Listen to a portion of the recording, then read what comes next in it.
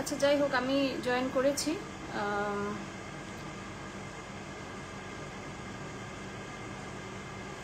এবারে যখন জয়েন কেউ করবেন আশা করি আমি নোটিফিকেশন বা কিছু একটা পাবো।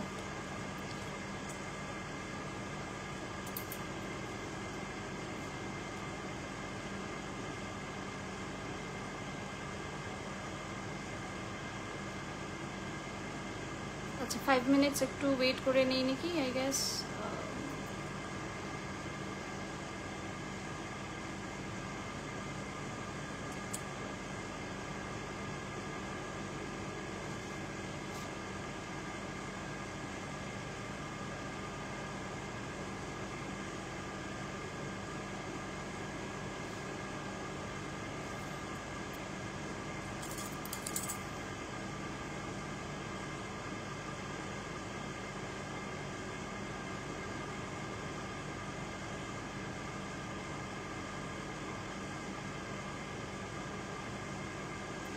আচ্ছা একজন দেখাচ্ছে জয়েন করেছেন।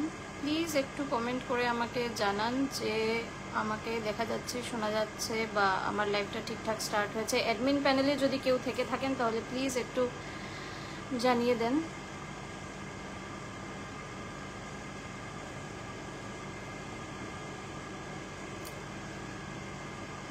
হ্যাঁ, থ্যাংক গড। আচ্ছা হ্যাঁ ঠিক আছে, থ্যাংক ইউ মৌমিতা।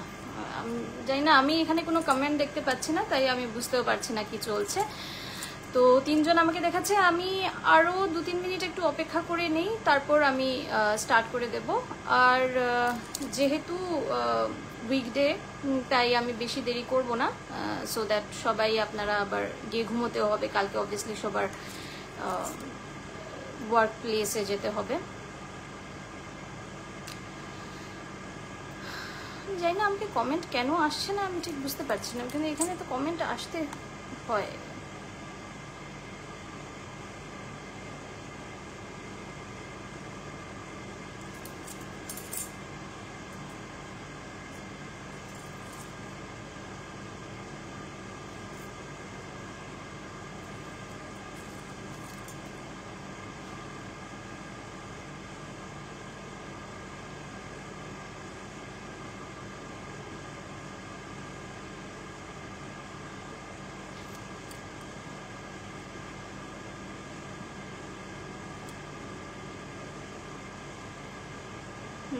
কে দেখছে সেটাও আমি দেখতে পাচ্ছি না, কে কমেন্ট, হ্যাঁ এখন দেখতে পাচ্ছি একটু।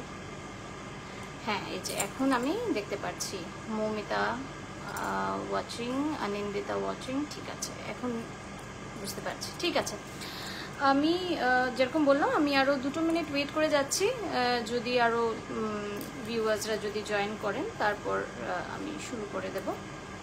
Thank you so much join করার জন্য। আগে একটু নিজের ইন্ট্রোডাকশনটা দিয়ে দিই। আমার নাম নন্দিনী, আমি এই যে ফার্স্ট টাইম এই গ্রুপে আমি লাইভ করছি। আর আমার কাছে আজকে 2টো ঘটনা আছে, গল্প বলবো না, কারণ এগুলো খুবই কি বলবো, খুবই সত্যি ঘটনা। একটা তো আমি আমার নিজের, hello Anandita, thanks for joining. আচ্ছা তো একটা তো একদম আমার চোখের সামনে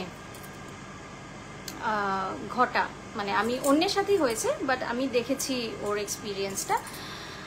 হ্যাঁ thank you so much Anandita. আপনি একটু অন্যদেরকে, হ্যাঁ আপনি একটু অন্যদেরকে যদি ট্যাগ করে দেন, থ্যাংক ইউ সো মাচ, তাহলে ওরাও জয়েন করে নিতে পারবেন। আসলে আজকে উইকডে তো, তাই স্বাভাবিকভাবেই সবাই হয় ডিনারে ব্যস্ত, না হলে কালকে এটাই হয় জেনারেলি, মানে উইকডেতে এরকমই হয়, নেক্সট দিনের প্রিপারেশনের টাইমটাই এটা, তো তখনই মানে সব প্রিপারেশন চলতে থাকে। আচ্ছা যাই হোক, তো যা বলছিলাম, তো একটা ঘটনা তো পুরো আমার চোখের সামনেই দেখেছি আমি হতে, অন্য কারোর সাথে হয়েছে, বাট দেখেছি আর কি তার ইমপ্লিকেশনসগুলো। আর আরেকটা হচ্ছে আমার, মানে আমারই এক বন্ধুর সাথে একটা ঘটনা, তো সেটা।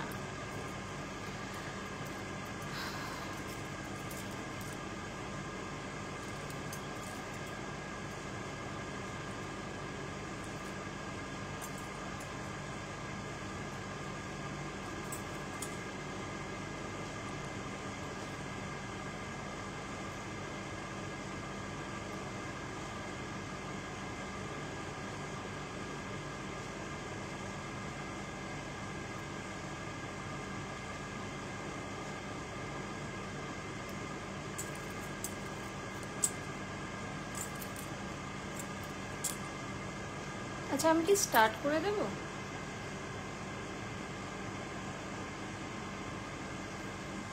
মানে লাইভটা তো থাকবে আই গেস গ্রুপে, তো মেবি পরে যদি কেউ দেখতে চান নাকি আমি বুঝতে পারছি না, কারণ আমার এখনো আমাকে 1 ওয়াচিং দেখাচ্ছে।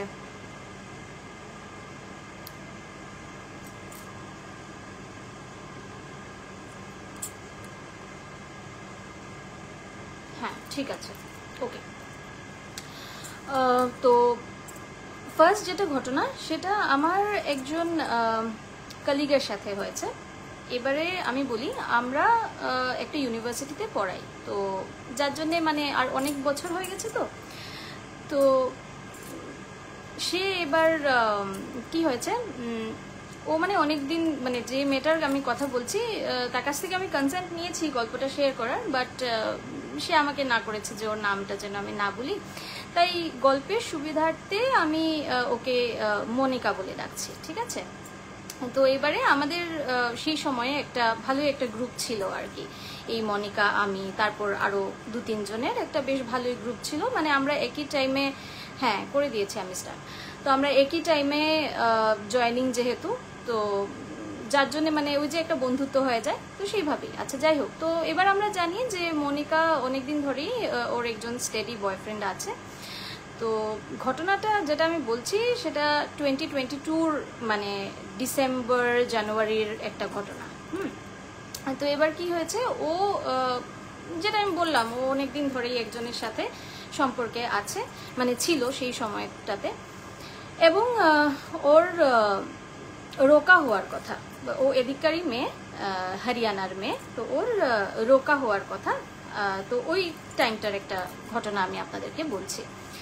তো কি হয়েছে, ওদের দুটো ফ্যামিলিতে যখন কথা হয়েছে, কথা হয়ে যখন ওরা ইভেন্চুয়ালি মানে একজন আরেকজনকে মানে যখন দুটো ফ্যামিলি যখন মেনে নিয়েছে, বিয়ের কথা যখন ডিসকাস বাগেরা হচ্ছে, তখন কি হলো, ওরা না মানে নিজেরা ফ্রেন্ডসরা মিলে, মানে মনিকা ওর বয়ফ্রেন্ড, সেই সময় ওর বয়ফ্রেন্ড, আর তারপর ওদের কিছু মিউচুয়াল ফ্রেন্ডস মিলে ওরা একটা জায়গাতে ঘুরতে যায়, ঠিক আছে? ওই ধরো নভেম্বর ডিসেম্বরের টাইমটাতে। তো ঘুরতে গেছে। এবার ঘুরে যখন ওরা ফিরে এসেছে, তো এসে মনিকা চলে এসেছে নয়ডাতে, ঠিক আছে? আর ওর ঘরটা হচ্ছে কিন্তু হরিয়ানাতে। তো অবভিয়াসলি এখন হরিয়ানা থেকে তো আর নয়ডা রেগুলার আসা যাওয়া করা পসিবল নয়, তো ও কি বলে নয়ডাতেই ও একটা ঘর নিয়ে মানে থাকতো আর কি। তো এবারে যখন থেকে ও ফিরে এসেছে, এসে একদিন আমাদেরকে মানে আমরা একসাথে বসে লাঞ্চ টাঞ্চ করতাম, বা উই ইউজ টু শেয়ার টি আর কি, মানে ওই সকালবেলা চাটা খাচ্ছি একসাথে খাচ্ছি, ওরকম জেনারেলি যেরকম অফিস আদালতে হয়ে থাকে। তো একদিন ও আমাকে বলছে যে জানো, যেখান থেকে মানে ফিরে আসার পর থেকে আর কি, যে ঘুরতে যে ওরা গেছিল, ফিরে আসার পর থেকে ওর শরীরটা ভালো লাগছে না, এবং আর তখনও কিন্তু ওর রোকা হয়নি। তো ওর বয়ফ্রেন্ডের সাথে যে ও ঘুরতে গেছিল, তারপর থেকে ও বলছে যে ও যে মানে ও যখন একা এসছে, তো ওর ঘরটাতে তো একা থাকে, তো বলছে যে রাত্রেবেলা ওর ঘুম হচ্ছে না। এবারে রাত্রেবেলা ঘুম না হলে নেক্সট দিন সকালবেলা উঠে ইউনিভার্সিটি অ্যাটেন্ড করা ভীষণ প্রবলেমেটিক। তো বলছে, আমাকেই বলছে যে জানিস আমার না ঘুম হচ্ছে না, অ্যান্ড ভীষণ মানে অস্বস্তি ফিল হচ্ছে, মানে রেগুলার আমার ঘুম হচ্ছে না এই সে। তাই আমি বললাম যে কেন ঘুম হচ্ছে না? তখন বলছে যে জানি না, আমার না সবসময় শুধু এটা মনে হয় যে আমি চোখ বন্ধ করলেই আমার মনে হচ্ছে যে কেউ একজন এরকম করে আমাকে দেখছে, মানে এরকম করে। আর ও আমাকে বলছে যে ও যখনই চোখ বন্ধ করছে বা যখনই ওর ঘুমটা লেগে আসছে, ও বলছে যে আমাকে কেউ যেন এরকম গালে হাত দিয়ে আমার দিকে তাকিয়ে আছে বা দেখছে। তাই বলছি এইসব আবার কি, মানে আমরা সবাই আর কি বন্ধুরা, আমরা বলছি এরকম আবার হয় নাকি, মানে কি আবার দেখবে তোকে, তুই তো একা থাকিস। আচ্ছা গেছে, ঠিক আছে, আমরা এখন বন্ধু সম্পর্ক, তো মজাই করছি ওর সাথে। তো ইভেন্চুয়ালি ধীরে ধীরে কি শুরু হলো, ও যেহেতু ও ঘুমাতে পারছে না, অবভিয়াসলি সেটার একটা ফিজিক্যাল ইমপ্লিকেশন আছে না, তো স্বাভাবিকভাবেই ওর চেহারা ছবি একটু খারাপ হতে শুরু করলো। এবং একদিন ও এসে আমাদেরকে বলছে যে জানিস আজকে ওর কমপ্লেন এসছে অ্যাপারেন্টলি ওর পাশের ঘর থেকে, যে ও নাকি রাত্রেবেলা খুব জোরে জোরে গান চালিয়েছে। তো ও আমাকে বলছে যে আমি তো ওদেরকে বললাম যে আমি তো গান চালাই না, এরকম রাত্রেবেলা আমার এই ধরনের কোনো হ্যাবিট নাই যে আমি রাত্রেবেলা পার্টি করব বা গান চালাবো বা কিছু, মানে মানে প্রচন্ড গান মানে কি মিউজিকের আওয়াজ আর কি, প্রচন্ড ধুমধাম ধুমধাম এরকম একটা আওয়াজ। তো ওরা এসে বলছে যে আপনি এত রাত্রেবেলা উইকডেতে আপনি এভাবে চিৎকার চেঁচামেচি করেন, আপনার এইসব বন্ধ করতে হবে। আর যেহেতু ও রেন্টে থাকতো, তো ও বলছে যে এটা তো বিশাল বড় একটা প্রবলেমের ব্যাপার হয়ে দাঁড়াচ্ছে। তো ঠিক আছে এইসব বলে টলে ও আমাদেরকে আচ্ছা বলছে, আচ্ছা গেল এটা এটা আরেকটা ঘটনা। ও বলছে যে আমি তো গান বাজাইনি বা আমি তো সেই ধরনের কোনো মিউজিক বা এই ধরনের কিছু আমি করিনি। আচ্ছা নেক্সট আরেকটা যেটা ঘটনা ঘটলো, এবার আমরা না বুঝতে পারছিলাম যে ওর মধ্যে মানে ফিজিক্যালি ও সাফার করছে, সেটা আমরা বুঝতে পারছিলাম। তো আমরা এক দুবার বলেছি যে তুই কি ডাক্তার দেখাবি, বা আমরা জেনারেলি কি হয় আমরা তো আর ইমিডিয়েটলি ওই ভূতের কথা ভেবে বসি না, না যে কিছু ভূত এসেছে বা কিছু। তো আমরা বলছি তোর কি কোনো টেনশন হচ্ছে, কারণ সামনেই ওর রোকা, রোকা মানে ওদের নর্থ ইন্ডিয়ানদের একটা ওই যে এনগেজমেন্ট ঠিক না, ওই আমাদের হয় না আশীর্বাদ বা মঙ্গলাচরণ যেটাকে আমরা বলে থাকি, তো সেটাই ওদেরও কিছু একটা আছে, মানে হাজবেন্ডের ফ্যামিলি থেকে ওরা এসে ওই কিছু রিচুয়ালস করে।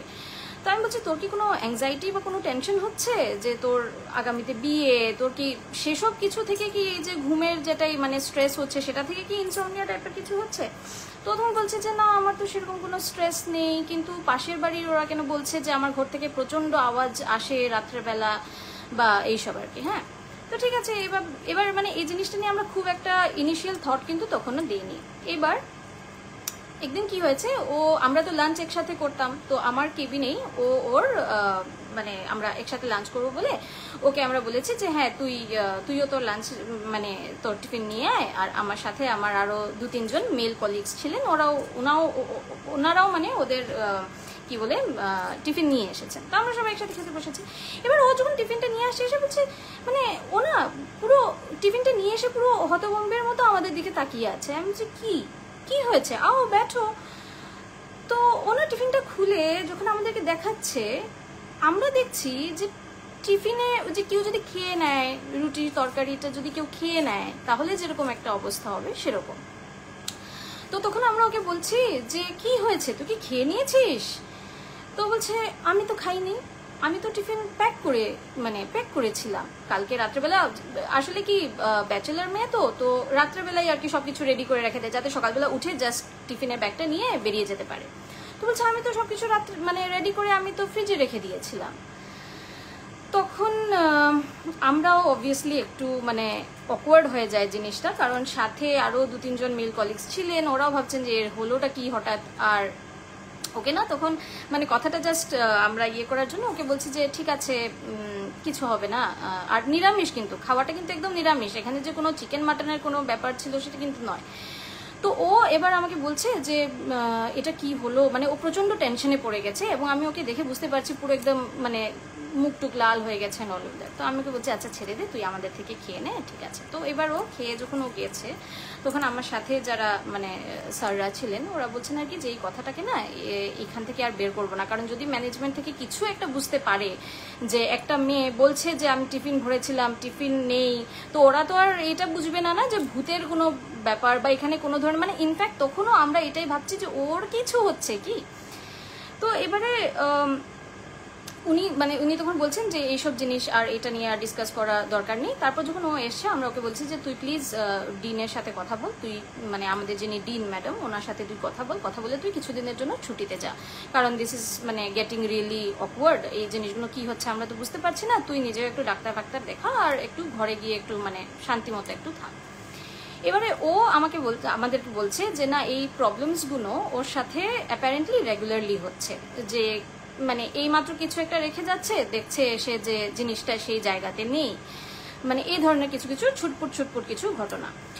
তো ঠিক আছে এবারে ওকে আমরা এটা বললাম, ও জিনিসটা মেনে নেয় যে ঠিক আছে রোকা অবধি ও মানে ও গিয়ে ডিনের সাথে কথা বলে। তো যেহেতু ডিসেম্বরের ওই টাইমটাতে একটু জেনারেলি একটু লাইটই থাকে ইউনিভার্সিটিতে, এক্সাম ওভার থাকে, তো গিয়ে যখন ওনার সাথে কথা বলেছে তো উনি বলেছেন ঠিক আছে, তুমি যখন ফিজিক্যালি আর দেখতেও বোঝা যাচ্ছিল চোখের নিচে কালি পড়ে গেছে, মানে এরকম মানে স্বাস্থ্য দিন দিন খারাপ হচ্ছে আর কি। তারপর তো ঠিক আছে ওকে তারপর কি বলে ওর হরিয়ানাতে ওর ঘরেও গেল। এবার সেই মুহূর্তে আমি অনেকগুলো জিনিস আমি জানতে পারিনি, পরেও আমাকে ঘটনাগুলো বলেছে। তো যখন ওর ঘরে মানে হরিয়ানাতে যখন ও চলে গেছে ও বলছে যে অ্যাপারেন্টলি ওর মা বাবা ওর মধ্যে কিছু চেঞ্জেস নোটিস করেছিলেন। যেমন ও অ্যাকচুয়ালি খুবই হ্যাপি গো লাকি একটা মানুষ, খুব মজায় থাকে, সুন্দর কথাবার্তা বলে, সব খুবই ভদ্র একটা মেয়ে, কিন্তু ওইখানে যাওয়ার পর থেকে অ্যাপারেন্টলি ও সবার সাথে প্রচন্ড অভদ্রতা শুরু করে, ঠিক আছে। ইন দ্য সেন্স যে যেদিন ওর রোকা, সেদিন যখন ওর শাশুড়ি মা এসে ওকে ওই কাঙ্গন টাঙ্গন পড়াতে, মানে ওর আশীর্বাদে যে কাঙ্গন পড়াতে এসেছিলেন, সেদিন নাকি ও ওর শাশুড়িকে উঠে বলেছে যে নেই নেই মুঝে নেই পहनना ये सब मत पहनाइए मुझे। হ্যাঁ, তো ওর যে মানে সেই সময় ওর যে ফিয়ন্সে, ও নাকি বলছে তুমি এরকম কেন করছো, কি ভাববে লোকে, মানে এরকম কেন বিহেভ করছো, কি হয়েছে তোমার। তো এবার ও বুঝতে পারছে না যে ও এরকম কেন করছিল। আচ্ছা, গেল এই কথাটা। এবার রোকা এরকমই গেল, ও মানে মানুষজনের সাথে একদম কথা বলছে না, আর এরকম নাকি বসেছিল একদম, মানে অ্যাকর্ডিং টু হার অ্যান্ড ওর মানে বাড়ির লোকজনের ব্যাপারটা, যে এই যে চুন্নি টুন্নি পড়ায় না ওদেরকে, তো চুন্নি টুন্নি পড়ানোর পরে নাকি ও একদম এরকম করে একদম মাথা একদম নুইয়ে একদম বসেছিল আর কি। তো মানে কারোর সাথে কথা বলছে না মানুষের, মানে ওর ইনফ্যাক্ট ওর যে ফিয়ন্সে ওর সাথেও কথা বলছে না, তো এরকম চলছে। আচ্ছা, তো এবার তারপর কি হলো, ওর মা যেহেতু রোকা হয়ে গেছে মেয়ের, এখন উনি ভাবলেন যে আচ্ছা আশপাশে একটু ওদের যে মানে কুলদেবতা বলে, তো ওদের মন্দির থেকে উনি একটু আসবেন। এবারে ওদের কুলদেবতার মন্দির হচ্ছে রাজস্থানের কোনো একটা গ্রামে। তো ওর মা ওকে ওর দুটো আরো ছোট দুটো ভাই আছে, ওদেরকে নিয়ে ওর মা আরো মানে ওর যে তাউজি মানে জেঠু যাকে আমরা বলি জেঠু, তারপর এরকম আর কি আরো অনেকজনকে নিয়ে, হ্যাঁ সত্যি বাবা, তো অনেকজনকে নিয়ে অ্যাপারেন্টলি ওরা সেই কুলদেবতার মন্দিরে যায়। এবার যেহেতু ওদের বিজনেস, মানে ওর বাবার বিজনেস আর কি, হ্যাঁ মানে দোকান আছে, তো উনি বলছেন যে উনি যাবেন না, উনি কি বলে ওখানেই থাকবেন, এবং ইভেনচুয়ালি মানে ঘরেও তো কেউ একজন থাকা দরকার, তো তাই উনি আর যাননি। তো ওরা পুরো ফ্যামিলি গেছে, মানে ওর মা, ওর দুটো ভাই, ওর কি বলে তাউজির ফ্যামিলি, মানে সবাই আর কি পুরো ফ্যামিলিটা মিলে ওরা রাজস্থান গেছে। এবার রাজস্থান থেকে ঘুরে টুরে এসে যখন ও ফিরে এসেছে, মানে তখন কিন্তু ও অনেকটাই নর্মাল হয়ে ও এবার রোকা হয়ে গেছে। তারপর ও জয়েন করেছে, আবার জয়েন ব্যাক করেছে মানে ইউনিভার্সিটি, ঠিক আছে। তো এসে আমাদেরকে মিষ্টি টিষ্টি খাইয়েছে, একটা ট্রিটও দিয়েছে, তখন একদম নর্মাল, ওর মধ্যে কোনো ধরনের কোনো প্রবলেম নেই, একদম মানে কমপ্লিটলি ফাইন আর কি। হ্যাঁ, তো এসে তার ঠিক একদিন পর থেকে ও খুব টেনশনে বলছে বাবার শরীর, মানে ওর বাবার শরীরটা খুব খারাপ।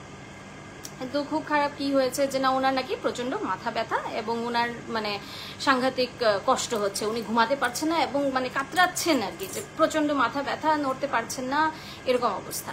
তো মাথা ব্যথা, এবার আমি তখন ওকে মানে আমরা তখন ওকে বললাম যে কোনো কি প্রবলেম হচ্ছে চোখে, বলছে যে না ওনার তো চোখে ক্যাটারেক্ট আছে, ক্যাটারেক্টের অপারেশন হওয়ার কথা, কিন্তু মাথা ব্যথা কেন হচ্ছে সেটা ওরা কেউ বুঝতে পারছে না। তো নানান ধরনের মেডিসিন দিচ্ছে, পেন কিলার্স দিচ্ছে, কোনো লাভ হচ্ছে না।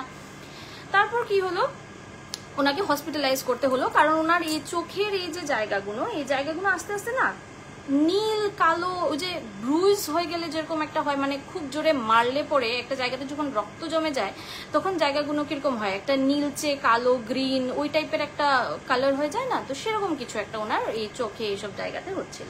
তো ওরা বুঝতে পারছিল যে ব্লাড ক্লট হচ্ছে কোনো একটা কারণে। তো ওনাকে এবার নিয়ে যাওয়া হয় হসপিটালে। তো হসপিটালেও ডাক্তাররাও বুঝতে পারছে না যে কি হচ্ছে, কেন মাথা ব্যথা, বাট ওদের তো ইমিডিয়েটলি উচিত ছিল যে এমআরআই বা কিছু একটা করা। এবার ওরা ইনিশিয়ালি সেটা করেনি, ওরা নানান ধরনের মানে ওই মেডিসিনস বাগেরা ওরা দিয়েছে। তারপর ইভেন্চুয়ালি ওনার একটা টেস্ট করা হয়, দেখা যায় যে ওনার মাথার পেছনে এই জায়গাটাতে একটা ফ্র্যাকচার আছে। হ্যাঁ, এই জায়গাটাতে একটা ফ্র্যাকচার।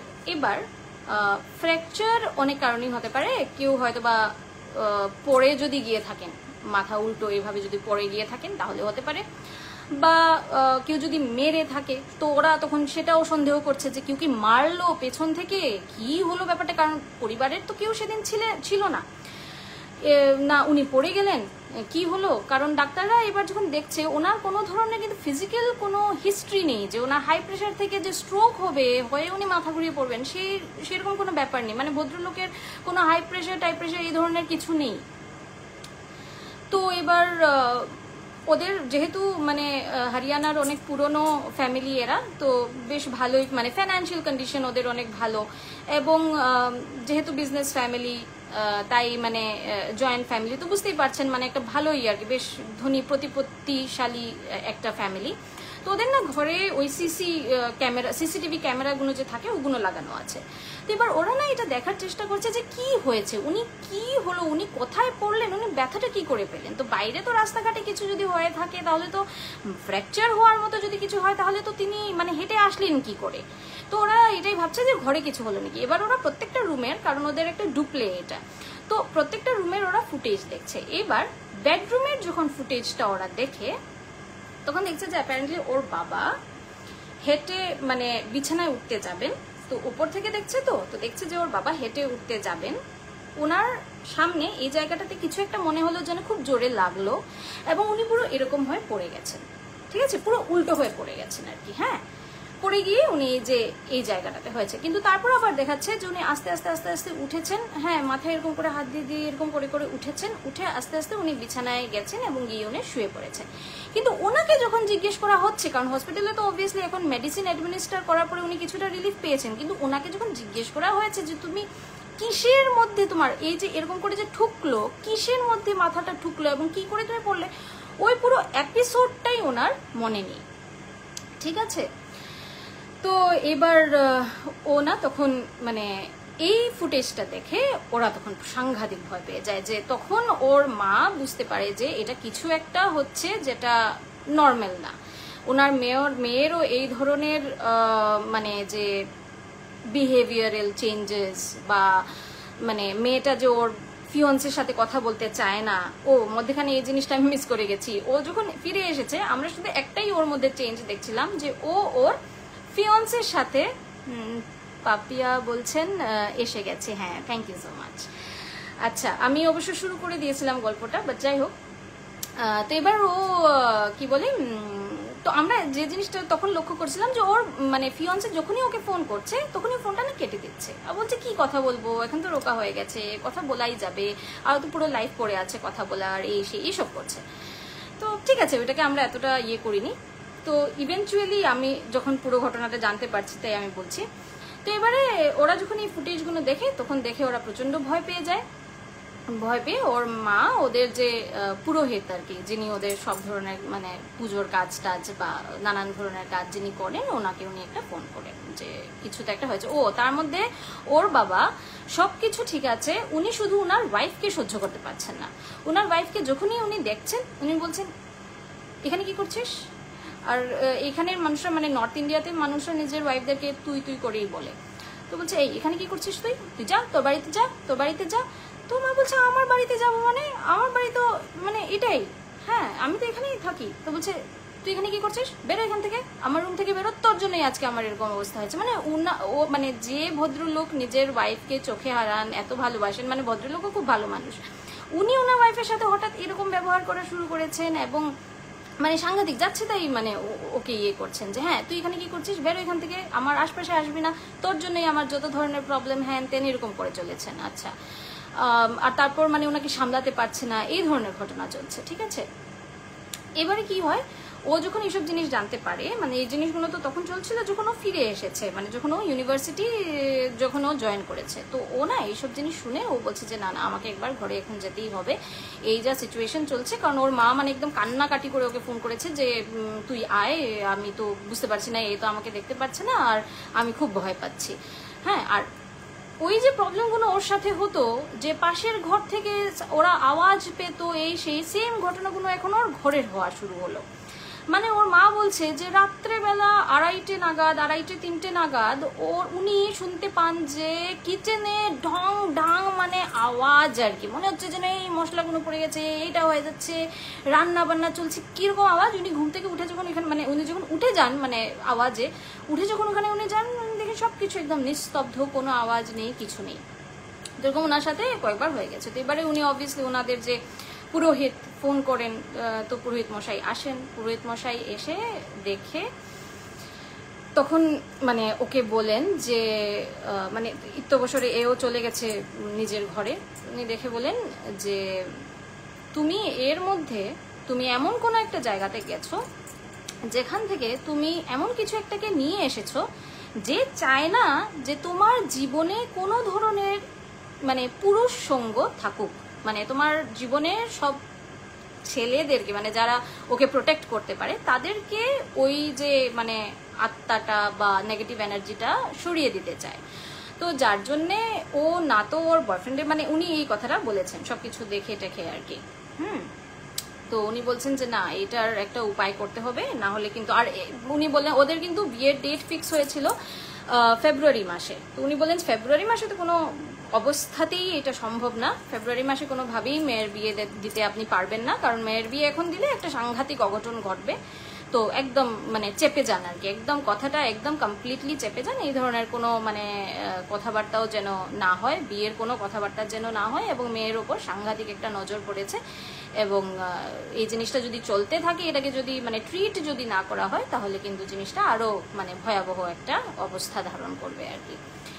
তো এবারে ওরা বলছে যে না তাহলে কি করা, তো উনি বলছেন যে না ঠিক আছে আমি দেখছি, আমি একটা উপায় করব, তবে এই যে উপায়টা যে করব সেটার কোনো ধরনের ডিসকাশন কিন্তু এই বাড়িতে হতে পারবে না, মানে ওদের যে হরিয়ানার বাড়িতে উনি বলছেন যে এই ধরনের কোনো ডিসকাশন কিন্তু এইখানে হতে পারবে না, আমি আপনাদেরকে যেভাবেই হোক আমি আপনাদেরকে জানাবো, দেখবো, বা মানে তাউজি ওদের মানে ওর যে জেঠু ওদের ঘর তো পাশেই, তো ওদের ঘরে না হলে আমরা ডিসকাস করে নেব, বাট এইখানে কোনো ধরনের ডিসকাশন আমি করবো না। তো বিয়ে পিছিয়ে দেওয়া হলো, ওর ওইদিকেও জানানো হলো, এবং ও এই মানে আমাদের ইউনিভার্সিটিতে ও আমাদেরকে বললো যে না একটু মানে এক্সটেন্ড করতে হবে, বহুত বাজে সিচুয়েশন হয়ে গেছে। এবারে ওর যেটা সিচুয়েশন ছিল অবভিয়াসলি এইসব কথা তো আর মানে প্রফেশনাল জায়গাতে তো আর এটা বলা যায় না যে ভূত বাধা হয়েছে, তো অবভিয়াসলি এটাই বলা হয়েছিল যে মানে ওর বাবার শরীর খুব খারাপ এন্ড অল অফ দ্যাট। এবার ওর বাবাকে তো মানে হসপিটাল থেকে রিলিজ দেওয়া হয়, একটা ছোট একটা প্রসিজিওরও করা হয় ওনার উপরে, তারপর ওনাকে রিলিজ দেওয়া হয়। তো উনি ঘরে এসে মানে ওনার যাই হোক ওনার কিন্তু জিনিসগুলো মানে চলছিলই আর কি, উনি ওনার নিজের মেয়ে ছাড়া আর কাউকেই মানে যেন উনি সহ্য করতে পারছিলেন না। হ্যাঁ মানে এমনকি ওনার যে বড় ভাই মানে এর যে তাউজি, ও তাউজির সাথেও উনি অভদ্রতা করছিলেন, তো এইসব চলছিল। তারপর ওই যে পুরোহিত উনি একটা উপায় করেন, ওদের ভাষায় উপায়ই বলে, তো উনি একটা যজ্ঞ করেন ওদের ঘরে, এবং যজ্ঞের যা যা দরকারি জিনিসপত্র যাই ছিল সেগুলো উনি ওই তাউজির ফ্যামিলির লোকজনদেরকে বলেছিলেন। তো যেদিন যজ্ঞ হয় সেদিন ওরা তাউজির মানে ঘরেই সবকিছু রাখা ছিল, ওখান থেকে ওরা জিনিসপত্রগুলো নিয়ে আসে এবং উনি একটা যজ্ঞ করেন। যজ্ঞ করে উনি মানে নানান ধরনের কথা জিজ্ঞেস করেন মানে আত্মাটাকে, যেটা উনি ওনার ভাবে জিজ্ঞেস করেছেন, ওরা তো কেউ শুনেনি, এবং ওদেরকে বলেছিলেন যে তোমরা কেউ আশপাশে থাকবে না, তোমরা প্রত্যেকটা মানুষ নিজেদের ঘরে থাকবে আর তোমার বাবার খেয়াল রাখবে, কারণ যে জিনিসটা এসেছে ওর সাথে সেই জিনিসটা মানে ভালো না, এবং ইভেনচুয়ালি সে কিন্তু চায় না যে মেয়েটার বিয়ে হোক বা কিছু, এবং সে এটাও চায় যে তার জীবন থেকে সব ধরনের ছেলের প্রোটেকশন মানে বাবারা ভাইরা হাজবেন্ড এরা তো প্রোটেকশন হয় না একটা মেয়ের লাইফে, তো এদেরকে সরিয়ে দিতে। তো যার জন্যে ভয় এটাও ছিল যে ওর যে দুটো ছোট ভাই আছে এদের উপরে না কোনো ধরনের মানে ইয়ে হয়ে যায়। তো ইভেনচুয়ালি উনি একটা যজ্ঞ উনি করেন, যজ্ঞ করে উনি ঘরের 4টার দিকে উনি নানান ধরনের মানে মশাল টশাল জ্বালিয়ে উনি মানে যজ্ঞটা করেন উনি রাত্রেবেলা, হ্যাঁ দিনের বেলা নয়, কোনে রাত্রেবেলা, এবং ইভেনচুয়ালি তারপর মানে ওকে কি বলে একটা তাবিজ দেন, ওদের পুরো ফ্যামিলিকে মানে নানান ধরনের যে পুজোর জিনিসপত্র দেন, দিয়ে উনি বলেন যে এই মুহূর্তে বিয়ের কথা চিন্তা করতে পারবে না।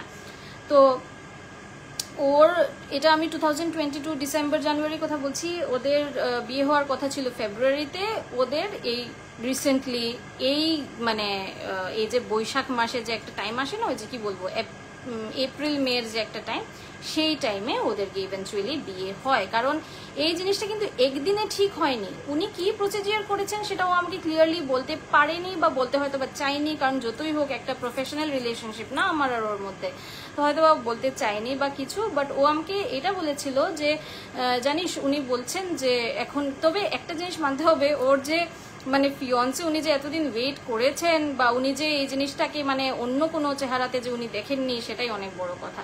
তো ইভেনচুয়ালি শুধু পুরোহিত মশাই উনি শুধু একটা কথাই বলেছিলেন যে আমি যে তোমাকে মানে ইয়েটা দিয়েছি সেটা তোমাকে ওই জিনিসটার কাছে পুরো অদৃশ্য করে দেবে, মানে সে আর তোমাকে খুঁজে পাবে না, কিন্তু সে কিন্তু থাকবে আশপাশে, তাকে কিন্তু কমপ্লিটলি সরানো মানে যায়নি আর কি ওখান থেকে। তো সে থাকবে, কিন্তু তোমাদের কাউকে সে কিন্তু আর দেখতে পাবে না। তো উনি বলেছিলেন যে এই যেটা আমি তোমাকে প্রোটেকশন দিয়ে দিয়েছি, মানে ওর হাতে একটা তাবিজ উনি দিয়ে দিয়েছিলেন, এটা কিন্তু কোনোভাবেই তুমি খুলতে পারবে না যতদিন অবধি না তোমার বিয়ে হয়ে যায়। তো ওরা ওই মানে 2023 চলে গেল, তারপর 24-এ গিয়ে ইভেনচুয়ালি ওরা যখন আবার মানে ওই পুরোহিতের সাথেই ওরা কনসাল্ট করে, তখন ইভেনচুয়ালি ওই ওর এই রিসেন্টলি ওর বিয়েটি হয়েছে। এখন যাই হোক ও ভালোই আছে, আশা করছি ওর জীবনে আর কোনো ধরনের কোনো প্রবলেম হবে না। তবে এই কিছু কিছু জিনিস মানে দেখে অদ্ভুত ব্যাপার আর কি, যে টিফিনটা ছিল, টিফিনের মধ্যে রুটি সবজি জেনারেলি এরকমই নিয়ে আসে, পুরো জিনিসটা মনে হচ্ছে কেউ যেন চেটেপুটে খেয়ে নিয়েছে। আর ও এরকম বলতো আর কি যে খাওয়ার দাওয়ার অনেক সময় ধরো রাখা আছে ঘরে, অনেক সময় গিয়ে দেখলো যে নেই। তো ওর না ওই জেনারেলি ওই জিনিসটা না ইমিডিয়েটলি মাথায় আসে না। তো এরকম একটা মানে অদ্ভুত একটা ঘটনা ওর সাথে হয়েছিল আর কি, যে যেটাই ছিল। আবার পুরোহিত মশাই এটাতেও রেডি ছিলেন না যে উনি বেশি ডিসকাসও করেননি এটার ব্যাপারে। ও যখন জিজ্ঞেস করেছে যে কি জিনিসটা বা কি হয়েছে, ও বলছেন না সে তাকে পুরোপুরিভাবে আমি সরাতে পারিনি, তবে হ্যাঁ এটা আমি করতে পেরেছি যে তোমাকেই তার কাছে আমি মানে অদৃশ্য করে দেব, বা সে আর তোমাকে দেখতে পারবে না, বা তোমার যে মানুষজনকে সে আর দেখতে পারবে না, বাবা হয়ে গেল বা যাই হোক। কিন্তু ইভেনচুয়ালি মানে বিয়েটা তখন আর দেওয়া যায়নি আর কি, বিয়েটা এই রিসেন্টলি হয়েছে। পরে ওরা একবার ওই ইয়েতে গিয়েছিল, ওই যে রাজস্থানে একটা ইয়ে আছে সালাসার বালাজি নাকি জানি বলে ওই মন্দিরটাকে, তো সেখানে এই ধরনের জিনিসে ওরা স্পেশালাইজ করে। তো সেখানে মানে এই যে ভূত টুট ছাড়ানো বা কোনো ধরনের এই টাইপের ছায়া টায়া যদি পড়ে মানুষের পেছনে, তো ওগুলো ছাড়ানোর জন্য ওরা তখন ওইখানে গিয়েছিল। তারপর ওখান থেকে আরো নানান ধরনের মানে কিছু কিছু জিনিস ওদের মানে ওকে বলেছিলেন যে এই জিনিসটা তোমাকে কন্টিনিউ করে যেতে হবে, এই যে মানে তাবিজটা বা সময়ে সময়ে কিছু কিছু পূজা উনি বলে দিয়েছিলেন, কিছু বিধি বলে ওরা না রিচুয়ালস কিছু করতে হবে, তো সেই সব জিনিসও করে আর কি। বা ওর পিরিয়ডসের সময় কিছু কিছু জিনিস উনি বলে দিয়েছিলেন। তো সেটাই, তো এইটাই ছিল ফার্স্ট গল্পটা। আপনাদের কেমন লাগলো আমাকে একটু জানান। আমি না এখনো ইউটিউব কিছু দেখতে পারছি না।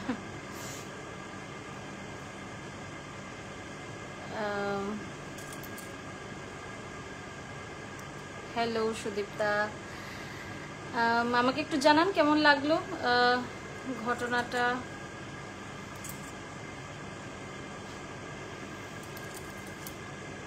আচ্ছা 10টা বেজে গেছে, আমি আর একটা ঘটনা বলবো, তারপর আজকের জন্য এখানেই ইতি টানবো।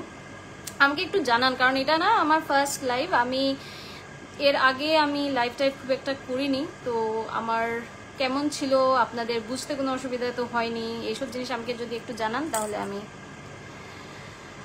হ্যাঁ সত্যি বেচারা চিন্তা করো, বিয়ে টিয়ে পিছিয়ে দিতে হয়েছে। হ্যাঁ সত্যি সাংঘাতিক ঘটনা।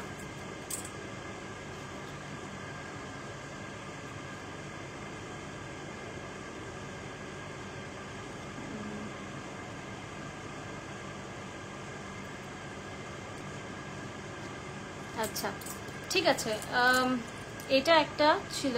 আর একটা ছোট ঘটনা বলে দিই। সেটা হয়েছিল আমারই এক বন্ধুর সাথে।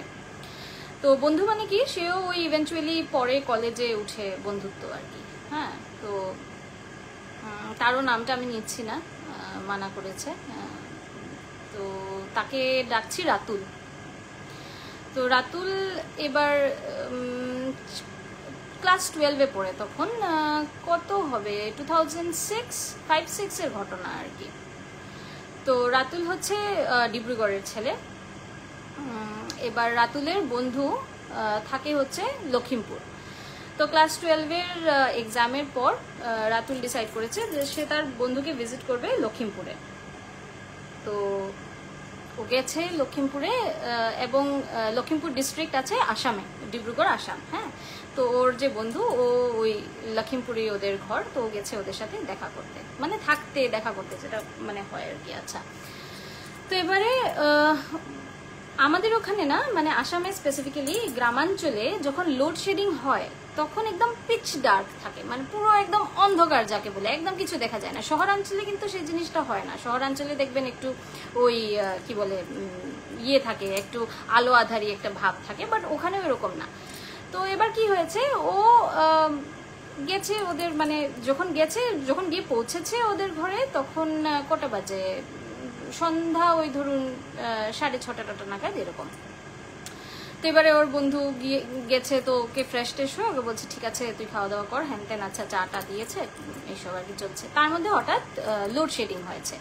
তো লোডশেডিং হওয়ার সাথে সাথে না আমাদের ওদিকে একটা, আর শুধু আমাদের ওদিকে না, এই গেছে এটা একটা পুরোনো একটা নিয়মই ছিল যে যেই মুহূর্তে লোডশেডিং হতো লোকজন ওই ইমিডিয়েটলি বাইরে বেরিয়ে যেত, কারণ তখনও ওই যে ইনভার্টারের কনসেপ্টটা কিন্তু তখনও খুব একটা পপুলারাইজ হয়নি। তো ওরা এটাই ভেবেছে যে না ঠিক আছে। তো রাতুল বলছে যে আমি যাই বাইরে গিয়ে একটু হাঁটাহাঁটি করি, আর ঠিক আছে তুই তোর মানে যাই ব্যবস্থা ল্যান্টার্ন জ্বালাবি বা যাটাই আর কি, ক্যান্ডেল ফ্যান্ডেল যাই জ্বালাবি সেটা কর। তো এবার ওর বন্ধুর মানে মা বাবা ওরাও আছেন, পুরো ফ্যামিলি আছে ওইখানে। তো এবার রাতুল বেরিয়েছে। তো রাতুলের কাছে না ওই যে নোকিয়ার যে 3315 না কি একটা ফোন ছিল না তখন, যেটার ওই সামনের দিকে একটা টর্চ থাকতো, ওই লাইট জ্বালালে দেখা যেত। তো ওর কাছে ওই ফোনটা ছিল, মানে ওর মার ফোন ছিল, যেটা ও নিয়ে গেছিল আর কি ওখানে লখিমপুরে, to be in touch with his family back in ডিব্রুগড়ে। হ্যাঁ, তো এবারে ও কি করছে, ও ওই ফোনটা নিয়ে ফোনটা ঘাটছে আর ওই ওদের বারান্দাতে হাঁটাহাঁটি করছে আর কি। এবার বারান্দাতে যখন ও হাঁটছে, ও দেখছে যে দূর থেকে একজন ভদ্রলোক হেঁটে আসছেন।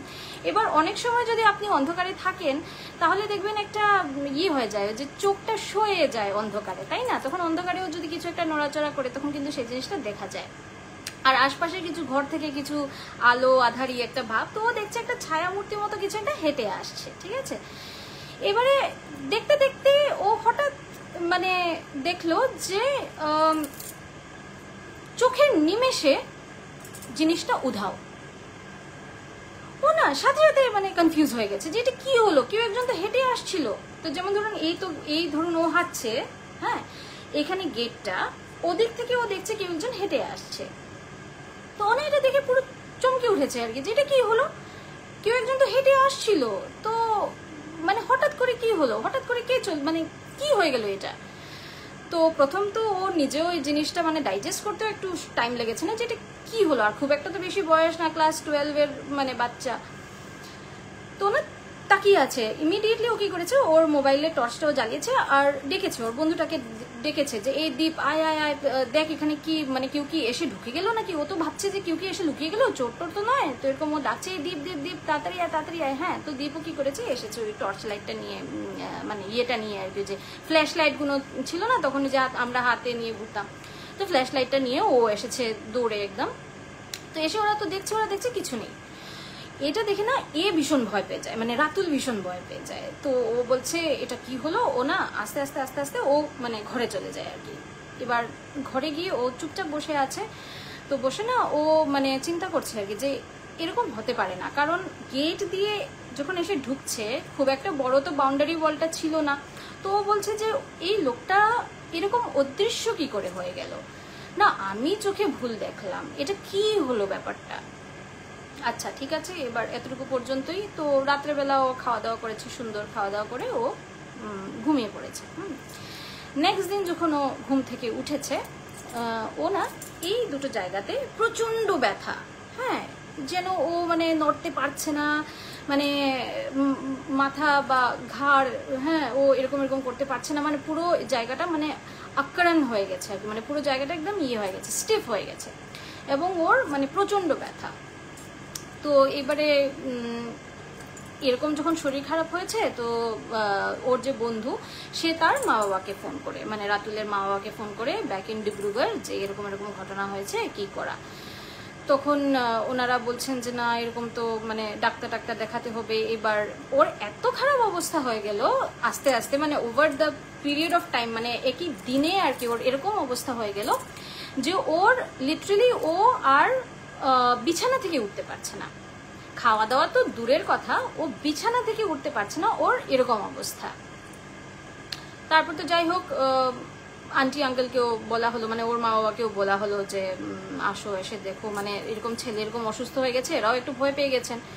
তো এবারে ওরা এসেছেন, ওরা মানে নানান ধরনের ডাক্তার বদ্যি করছেন ওইখানেই থেকে, লক্ষ্মীপুরেই থেকে, কি করবেন কি না। এরাও এদিকে খুব মানে লজ্জিত যে এরকম একটা ঘটনা এখানে ঘটলো, কি হলো কিছু তো এরা বুঝতে পারছেন না।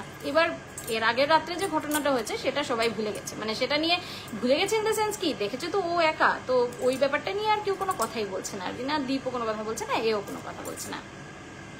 এবার ইভেন্চুয়ালি কি হয়, ধীরে ধীরে ওর মানে ফিজিক্যালি ও আরো ডিটোরিয়েট করতে থাকে আর কি, মানে ও নড়তে পারছে না, ওর নড়তে পারছে না, ওর মানে নানান ধরনের আরো ফিজিক্যাল ইমপ্লিকেশনস হচ্ছে। ওর যেন মানে এই দুটো হাত ডান মানে হাতটা এরকম করে তুলতে পারছে না, মানে পুরো এই জায়গাটা যেন একটা অবশ একটা অবস্থা আর কি। তারপর তো ইমিডিয়েটলি ওকে ওখান থেকে ওরা কি বলে ডিব্রুগড় ওরা নিয়ে যাওয়ার ব্যবস্থা করেন, সামহাও ওরা নিয়েও যান, নিয়ে গিয়ে ওরা ডাক্তার দেখান। ডাক্তাররা এখন মানে ওর ঘরে থেকে চিকিৎসা শুরু হয়, এবং সেটা অলমোস্ট যখন 1-2 সপ্তাহ হয়ে যাচ্ছে তখনও ওর মধ্যে কোনো ধরনের কোনো ইমপ্রুভমেন্ট নেই। একটা জোয়ান ছেলে, মানে বাচ্চা জোয়ান একটা ছেলে, সে বিছানা থেকে উঠতে পারছে না, কি এমন হয়ে গেল। তো এবারে আন্টি আঙ্কেল তো ডাক্তারই দেখাচ্ছেন, কিন্তু ওর যে পিসি মানে ছেলে মানে রাতুলের যে পিসি, উনি বলছেন যে না সব তো ঠিক আছে, কিন্তু একবার কি একটু ঝাড়াবে নাকি, আমাদের ওদিকে একটু ঝাড়ানো টাড়ানোর একটু ব্যাপার থাকে, একবার কি একটু ঝাড়াবে নাকি এরকম আর কি বলছেন উনি। তো বলছেন ঝাড়াবো কেন, মানে এ ধরনের তো কিছু হয়নি, ও তো শরীর খারাপ হয়েছে।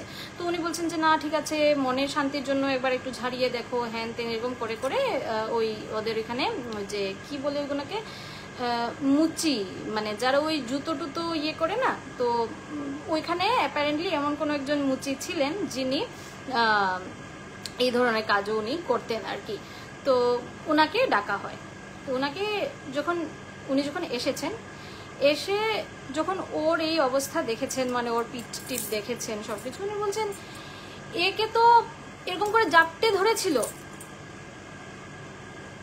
একে পুরো রাত্র এরকম করে তো জাপটে ধরেছিল, এর জন্য তো নড়তে পারছে না, এবং এর উপরে তো সাংঘাতিক একটা মানে অশুভ দৃষ্টি পড়েছে, এ যদি এরকম চলতে থাকে এ তো পুরো মানে প্যারালাইজড হয়ে শেষ হয়ে যাবে। তো তখন আন্টি ওরা বলছে তাহলে এবার কি করা, আমাদের কি করা উচিত তাহলে সেই ক্ষেত্রে, কারণ সেই সময়ে এতদিন হয়ে যাচ্ছে, ছেলে সুস্থ হচ্ছে না, ডাক্তার বুদ্ধি দেখিয়েও কোনো লাভ হচ্ছে না, পেন কমছে না, ছেলে উঠতে পারছে না, তো স্বাভাবিক সেই সময়ে লোকজন যাই একটু আশা পায় সেটাকেই আঁকড়ে ধরার চেষ্টা করে। তো উনি বলছেন যে এবার আমরা কি করব তাহলে। তখন উনি বলছেন যে তোমরা ইয়ে করো, ওরা হচ্ছে আবার এই যে রাতুলের কথা যে বললাম, এরা হচ্ছে আবার আহোম। তো আহোমরা না খুব পূর্বপুরুষদের পুজো করে, ঠিক আছে, মানে ওদের যে পুজোর সিস্টেমটা সেটা একটু অন্যরকম আর কি, যেটা ও আমাকে বলেছে, আমার খুব একটা মানে ধারণা নেই, কিন্তু ও আমাকে যেটা বলেছে যে ওরা প্রচুর ওদের পূর্বপুরুষের পুজো ওরা করে।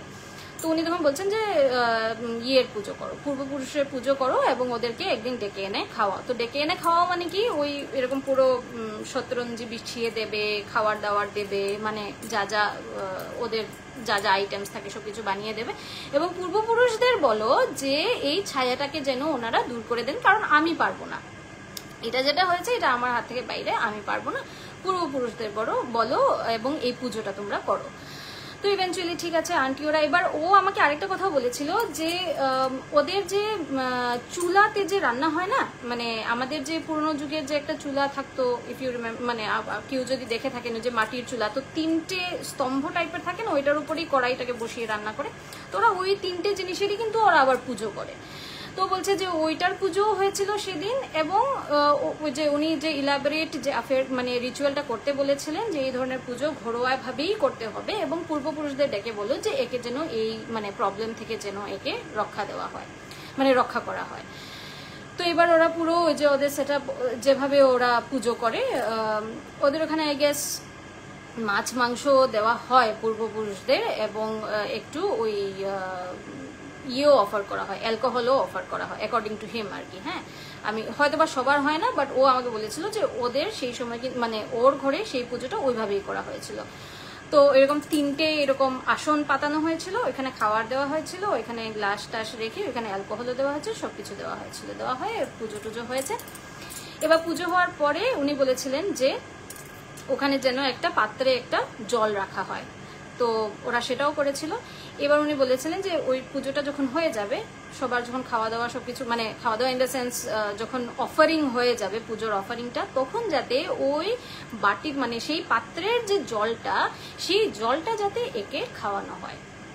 তো সেই জলটা ইভেনচুয়ালি ওকে খাওয়ানো হয় এবং ও খেয়ে তার ধরুন 2-3 দিন পর আস্তে আস্তে আস্তে আস্তে ও আবার রিকভার করে। এবার যখন ও রিকভার করেছে, তখন যখন ওকে জিজ্ঞেস করা হয়েছে যে কি তোকে, মানে এই জিনিসটা কি হয়েছে, তোর সাথে কি কিছু হয়েছিল, কারণ এ তো তখন এত অসুস্থ যে সে সব পুরো ঘটনাটা বলতেই পারছে না, কারণ সে তখন কাতরাচ্ছে। তখনও বলছে যে আমার এই জায়গাটাতে ব্যথা, আমি নড়তে পারছি না, আমি উঠে বসতে পারছি না, আমি মানে গিলতে পারছে না, খেতে পারছে না, এরকম অবস্থা। তখনও বলে ওই যে ঘটনাটা ও পুরোটা ওর মাকে বলে। এবার ওর মা তখন ওই যে রাতুলের যে বন্ধু দীপ, ওই দীপের মাকে তখন উনি ফোন করেন এবং ফোন করে জিজ্ঞেস করেন যে আচ্ছা ও এরকম এরকম বলছে, ব্যাপারটা কি আমাকে একটু বলুন।